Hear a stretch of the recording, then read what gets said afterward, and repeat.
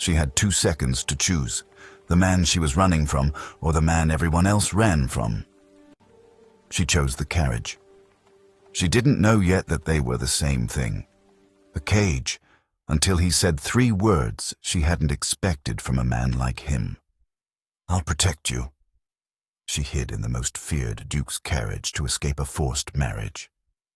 As the man hunting her pressed a lantern against the glass and rattled the door, the Duke pulled her against him and whispered 3 words that changed everything. Gloria Riley didn't know the man sitting motionless in the shadowed corner of that black carriage was James Campbell, the Duke of Ravenshire, the one nobleman all of London crossed the street to avoid. She only knew that Lord Edwin Harrington, the man her uncle had sold her to in marriage, intended to own her. Not just her hand, but her will, her silence, her life. The lace collar of her wedding gown was damp, not from the rain alone. She had run 3 blocks in satin slippers before throwing herself at the door of a carriage bearing a crest that made courtiers go pale. She fell inside, collapsed onto the velvet floor, shaking from her ribs outward. That was when she smelled it. Expensive tobacco, rain-soaked leather, and something else. The particular stillness of a man who is never surprised. She wasn't alone. She looked up. He was tall, even sitting, dressed entirely in black evening clothes, his jaw set, his eyes unreadable. The kind of eyes that had seen enough of the world to stop reacting to it.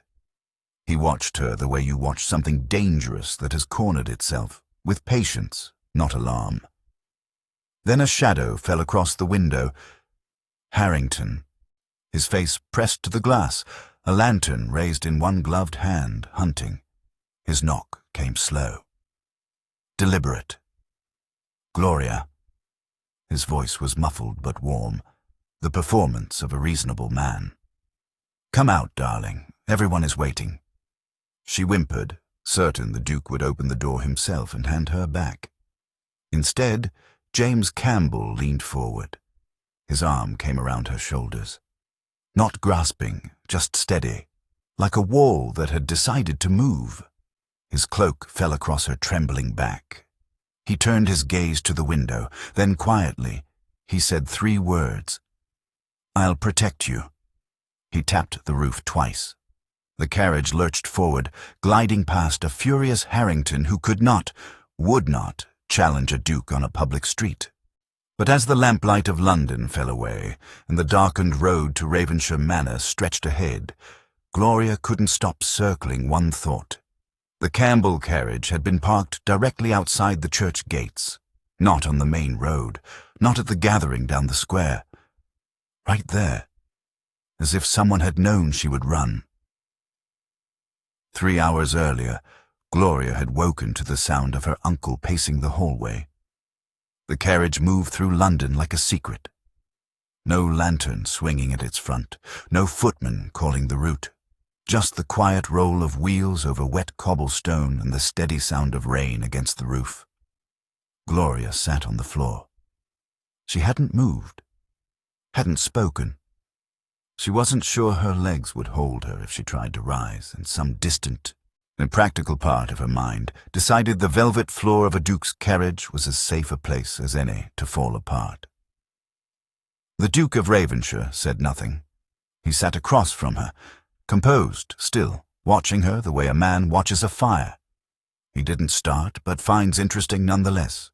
His cloak had slipped from her shoulders when the carriage lurched. He didn't reach to replace it. Neither did she. Outside, she heard them. Hoof beats, multiple riders, moving fast between the streets in a pattern, not aimless. Searching. Harrington's men. She pressed back against the seat without thinking. The Duke leaned forward and rapped twice on the panel behind his head. A small slot opened. "Grover." His voice was quiet, but carried the particular weight of a man who had never needed to shout. "The long way." "Yes, as your grace." The carriage turned, then turned again. The hoofbeats faded. Gloria released a breath she hadn't known she was holding. Then, because the silence had grown large enough to be its own presence, She heard herself speak. "I'm sorry." The words came out smaller than she intended. "For getting into your carriage. Without your permission. I wasn't thinking clearly, and No." He said it simply, the way you'd correct a minor error in arithmetic. "You were thinking very clearly. You assessed your options and chose the least terrible one." She looked up at him fully for the first time. Up close, he was younger than his reputation suggested. The coldness was real. She hadn't imagined that. But it sat on him like a coat he'd worn so long he'd forgotten it was there. "Where are you taking me?" she asked, in a pause. Brief but deliberate. "Ravenshire." The word landed like a stone into still water. His estate, his private seat of power, 40 minutes north of the city, surrounded by land that belonged entirely to him. She had heard of it the way you heard of places in cautionary tales. A name attached to rumor, to power, to the particular silence that surrounded men who never needed to explain themselves. "You're taking me to your home," she said it flatly, testing whether it sounded as strange aloud as it did in her head. "I am." "Why?" He looked at her for a moment without answering. Then he settled back against the seat, unhurried. "Because Harrington's reach extends to every inn between here and the northern road. Every friend of your uncle's has a parlor within 2 miles of the church." He tilted his head slightly. "Where? Exactly. Would you have me take you?" She opened her mouth. Closed it. He was right, and they both knew it, and somehow that made it worse. She turned to the rain-streaked window. London blurred past, the last lit windows of the city giving way to the dark spaces between street lamps. She watched it all slide away from her. One prison for another, some frightened part of her whispered. But the thing that unsettled her most, more than the destination, more than the silence, was the way the Duke of Ravenshire sat across from her with his hands rested loosely in his lap. Not tense, not uncertain, like a man who had already known how this evening would end. Ravenshire Manor did not welcome you. It simply allowed you to arrive. The gates were iron, tall enough to make a statement, and they opened before the carriage reached them, which meant someone had been watching the road. The drive curved through darkness and bare-limbed trees before the manor itself came into view, and Gloria's first thought was that it looked less like a home than like a declaration. Stone, symmetrical, every window lit from within, as though the house never fully slept. The carriage stopped. The front doors opened before the footman had descended from his seat. A line of staff emerged into the rain. Orderly, efficient, their faces arranged into the careful blankness of people who had learned long ago not to react to anything their employer brought home. The butler reached the carriage first, a tall man with silver at his temples and the posture of someone who had served for decades without once being surprised. He was surprised now, so his eyes moved from the Duke to Gloria, her white gown, her ruined hair, the mud hem trailing behind her. And then, with tremendous professionalism, he looked at nothing in particular. "Mrs. Holt," the Duke said, addressing a woman near the back of the line. "Have the east guest room prepared. Fire, water, whatever is needed." "Yes, Your Grace." The housekeeper didn't blink.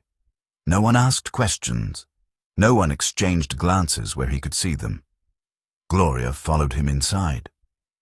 They gave her a room that was larger than her uncle's entire study, with a fire already climbing in the grate and a nightgown folded across the end of the bed. Plain, without ornamentation, which somehow felt more considerate than anything lavish would have. A young maid helped her out of the wedding dress in silence. Gloria was grateful for that silence. She had no language yet for what the evening had been. Later, wrapped in borrowed warmth, she sat near the fire and let herself think. She knew the name Campbell the way everyone in London knew it. Not from introductions or society pages, but from the way conversations changed when it came up. A lowering of voices, a careful reorientation of the subject. She had heard that a shipping baron had disputed one of the Duke's contracts 2 years ago. The baron had relocated to Edinburgh within a month. She had heard that a lord who had spoken against him in Parliament had found, by the following session, that he had no allies left worth speaking to. She had heard, though she could not confirm it, that he had once dismantled an entire noble family's political standing. Quietly, methodically, and without a single public confrontation, because they had broken his trust. No raised voice, no scandal, just gone. And yet, he had replaced his cloak over her shoulders in the carriage without being asked. He had spoken to his housekeeper in the same tone a man might use to ask for tea. He had looked at her, since the moment she had fallen into his carriage, without once making her feel like a problem. It didn't fit. She was still turning it over in her mind when the knock came. Soft, unhurried, and the Duke entered carrying 2 cups of something warm. He set one near her without ceremony and took the chair across the fire. She watched him for a moment. "Why did you help me?" He looked into the fire. The composure he wore so easily shifted, just slightly, like a curtain moving in a draught. "Because," he said quietly, "the man you were about to marry is not a stranger to me." The fire crackled between them. He didn't elaborate.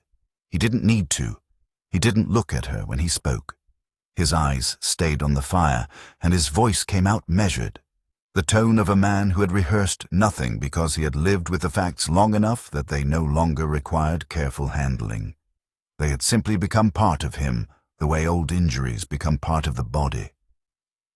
7 years ago, James said, I entered a political alliance with a man named Aldrich Voss.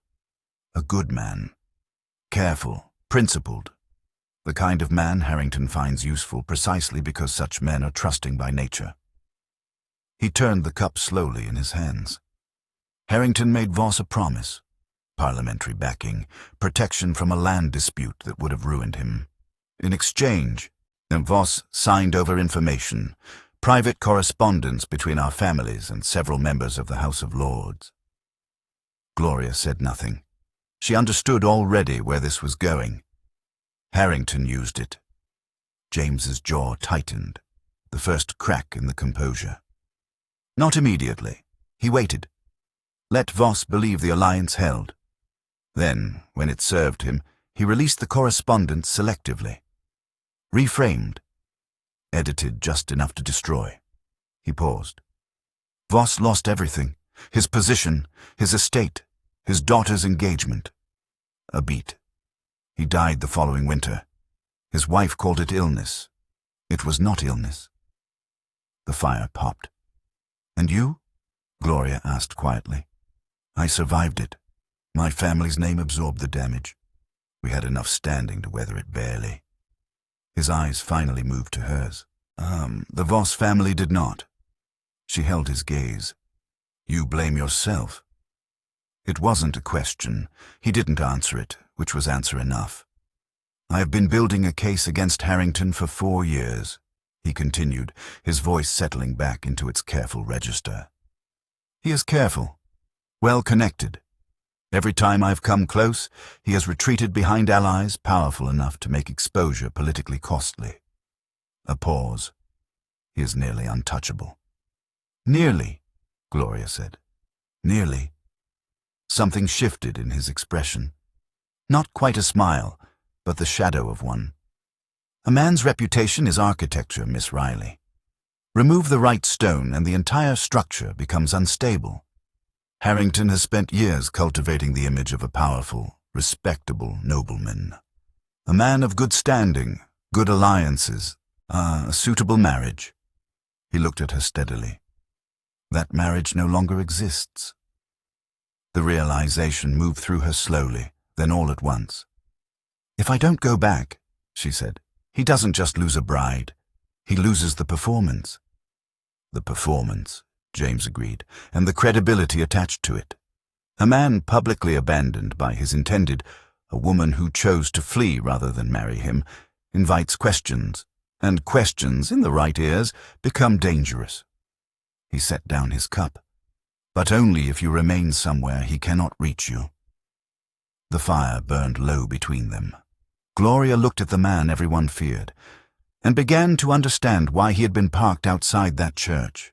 She slept better than she had any right to. When Gloria woke, a grey morning light was pressing through the curtains, and someone had left tea on the table near the window, still warm, which meant the staff had been watching for signs of movement. She dressed in the clothes that had been laid out for her, simple, well-made, belonging to no one she could identify. She didn't ask. James was already in the study when she came downstairs. He was standing at the window with a letter in his hand, and he didn't look like a man who had slept at all. He gestured to the chair across his desk without preamble. "Harrington filed a formal complaint with the magistrate this morning." He set the letter down. "He is claiming you were taken under duress." Gloria sat. He's claiming I was taken. It is a more sympathetic story than the one where his bride ran from him in the rain." He said it without inflection. "Your uncle has also sent word. He is demanding your return on the grounds that you are," his phrase, "not of sound mind to make independent decisions." She absorbed that quietly. "So the law sides with them." "The law sides with men who arrived first and spoke loudest." "Yes." He folded his hands on the desk. "Which is why I need to speak with you about what comes next." He laid it out plainly, the way she had already come to understand he did everything, without ornamentation, without softening the edges. Harrington would not stop. Her uncle lacked both the will and the means to protect her. Any house that sheltered her privately would become a target. A solicitor could stall, but not indefinitely. The legal architecture favored Harrington at every turn, and he knew it. "There is one thing his money cannot easily override," James said. "Social consequence. If London believes you are under my protection, formally, publicly, with all the implication that carries, challenging you means challenging me." A silence. "What kind of implication?" Gloria said carefully. "Are we speaking of?" He met her eyes. "The kind that ends speculation. The kind that makes it credible." A pause. "The court would need to believe there is an understanding between us.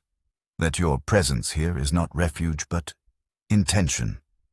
She stared at him. "You're asking me to pretend to be promised to you. I'm asking you to let people believe what they will naturally conclude." He said it as though the distinction mattered. "No announcement, no formal documentation. Simply, your presence at my side, in the right rooms, at the right moments. Long enough for Harrington's claim to become socially untenable." Gloria stood up, walked to the window, stood there for a moment looking at the grounds. Frost-stiffened grass, bare trees, the iron gate at the far end of the drive. She thought about Harrington's hand on her throat, the weight of it, the quietness of the threat. Obedient wives live comfortable lives. She turned back. "If this doesn't work, it will work. If it doesn't," she said again steadily, "my reputation is finished regardless. No respectable house will receive me after this." "No." He didn't flinch from it. "That is the cost." She looked at him for a long moment. The feared Duke of Ravenshire, waiting in his chair, with the patience of a man who had already calculated every possible outcome. "All right," she said. Something shifted in his expression, brief, almost imperceptible. "Then we begin." London decided, as London always did, before anyone had the facts. By Tuesday morning, less than 48 hours after Gloria had fled St. Aldrich's in the rain, the story had already split into 3 competing versions, each circulating in a different drawing room with equal conviction. The first, that the Duke of Ravenshire had intercepted the wedding deliberately, stolen the bride from under Harrington's nose as an act of calculated humiliation, and spirited her away to his estate for reasons no one could confirm but everyone had opinions about. The second, that Gloria Riley had never intended to marry Harrington at all, but had arranged the escape herself, and that her connection to the Duke was far older and far less innocent than anyone had known. The third, whispered mostly, that the Duke meant to marry her. All three versions had one thing in common. They made Harrington look like a fool. His response came on Wednesday. A public statement delivered through his solicitor and reprinted in 2 papers demanding the immediate return of Miss Gloria Riley on the grounds of her uncle's guardianship and the legally binding nature of the marriage contract. The language was careful, measured, the tone of a reasonable man wronged. James read it over breakfast and set it aside without comment. He sent his own reply, not to the papers, not through a solicitor. A single handwritten note, she delivered directly to Harrington's townhouse by one of his own footmen. Gloria never saw what it said. She only knew that no further public statements came from Harrington that week. She was watching him. She knew she was, and she suspected he knew it too, but he gave no indication either way. What she was watching for, she couldn't entirely name. Confirmation of the rumors, perhaps. Some moment where the mask slipped and she saw what everyone in London assumed was underneath. The ruthlessness, the cold appetite for control, the man who dismantled his enemies the way other men played chess. Instead, she saw this. James Campbell at 6 in the morning, already at his desk, reading correspondence with his coat off and his sleeves rolled to the elbow, looking like any man with too much work and not enough hours. James Campbell pausing in the corridor when the young kitchen maid dropped an entire tray of glassware, not to reprimand, but to ask, briefly and without fuss, if she'd cut herself.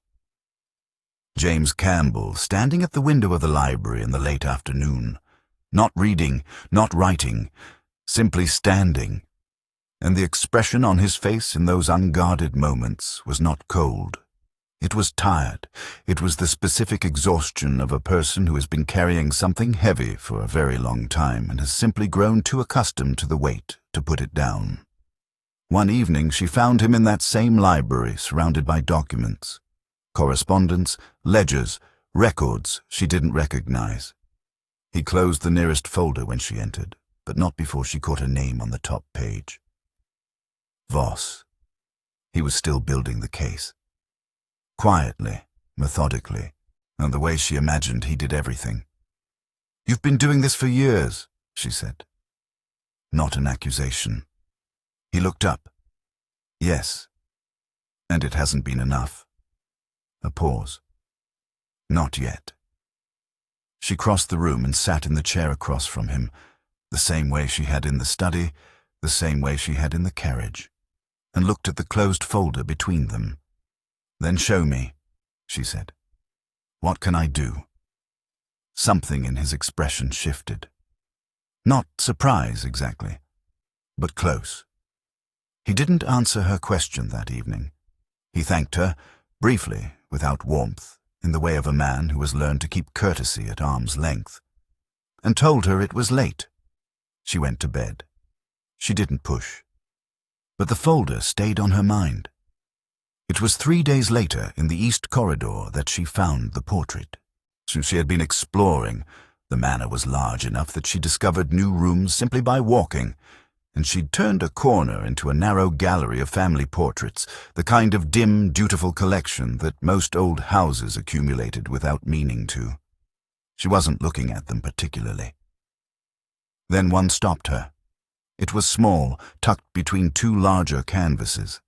A young woman, perhaps 20, painted with the kind of careful attention that suggested the artist had genuinely wanted to capture her rather than simply record her. She had a frank, steady gaze and a slight tension around the mouth. Not unhappiness, exactly. Watchfulness. Her name was Catherine Morrow. She turned.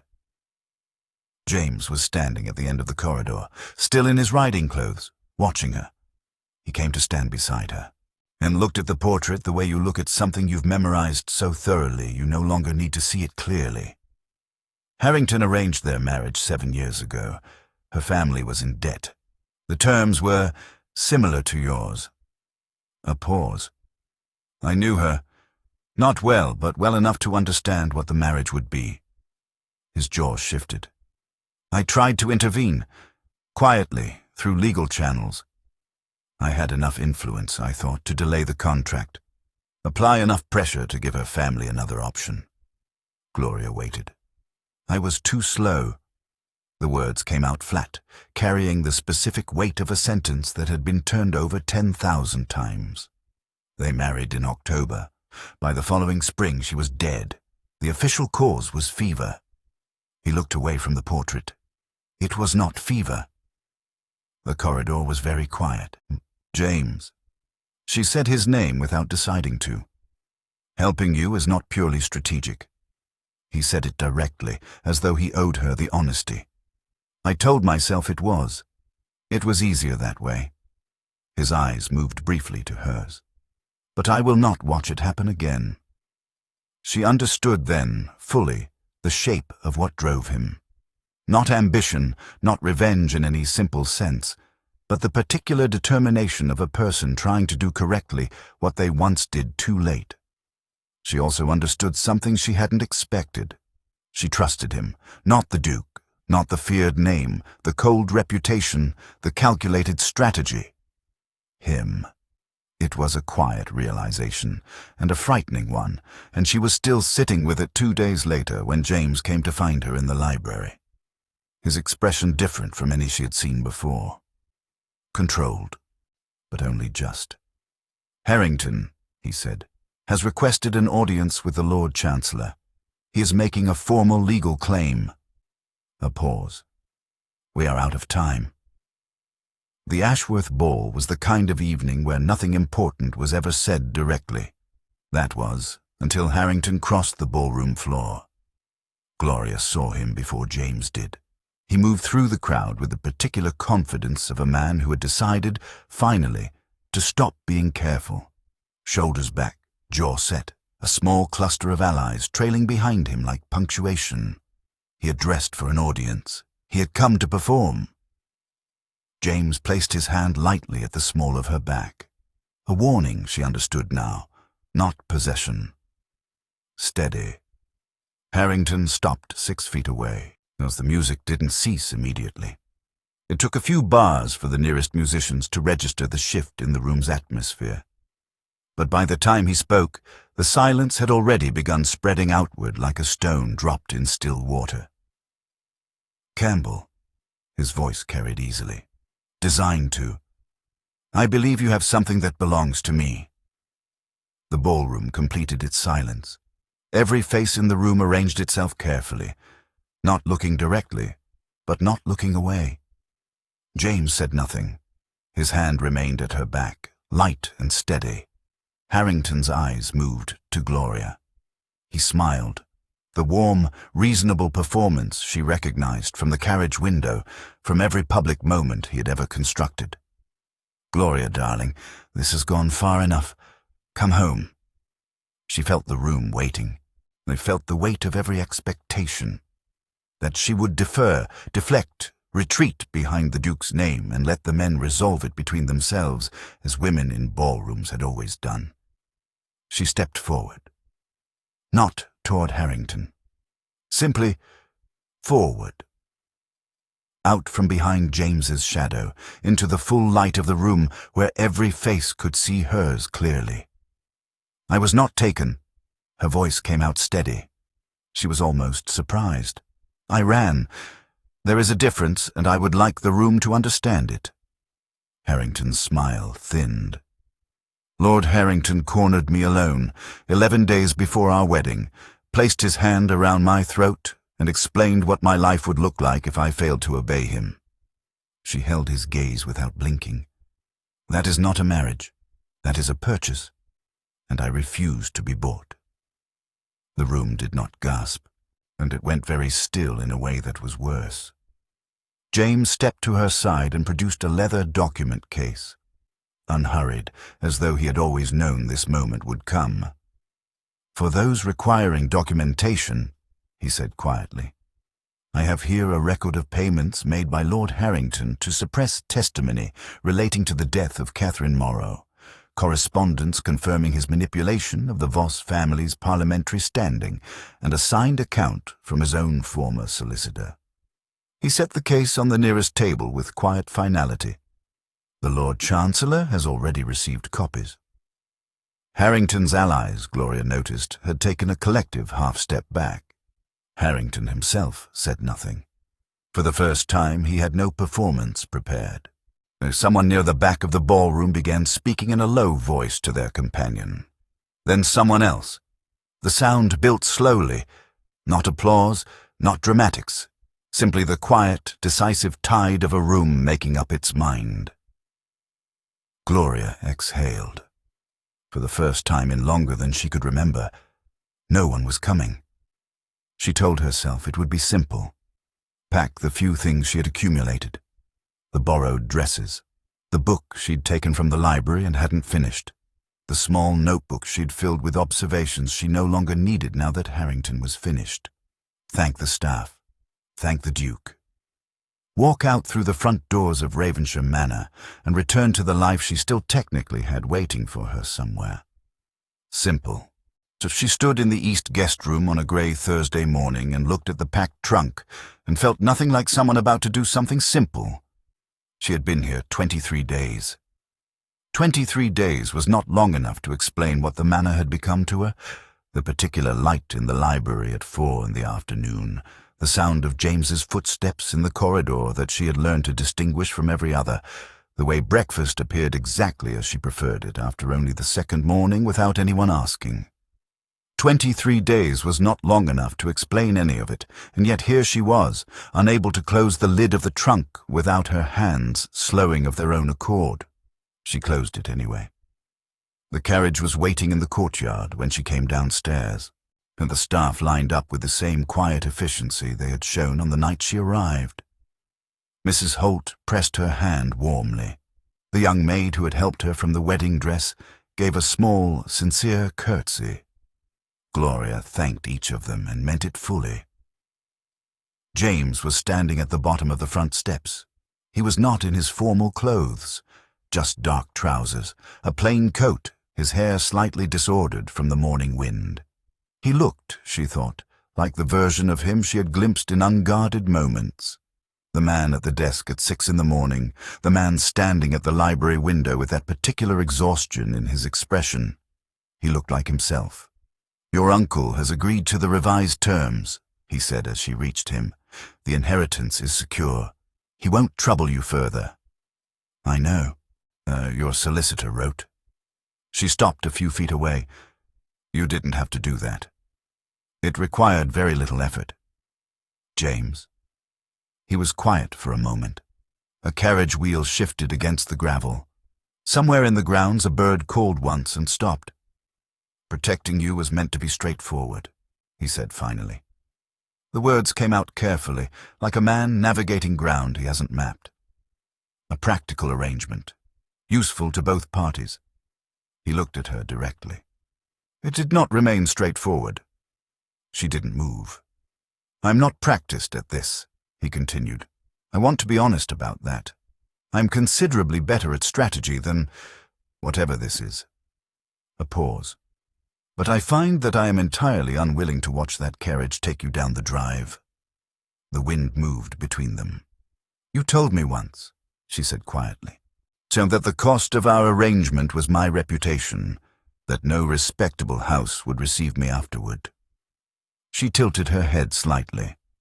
"You were right." Something in his expression shifted, uncertainty crossing the composure like weather moving over open ground. "There is, however," she continued, "one house that might." He looked at her for a long moment, then, almost carefully, the way a man reaches for something he is not entirely certain he deserves, he closed the distance between them. "I'll protect you," he said. Quiet. Certain. Not a strategy. Not a promise of safety. Something far more permanent than either. She looked up at the man everyone feared, and chose him. "I know," she said. "That's why I'm staying. Dear listeners, Thank you for staying with us until the end. If this story moved you, please subscribe, like, comment, and share it with someone close to you. Your support inspires us to keep creating stories filled with love, healing, and unforgettable twists.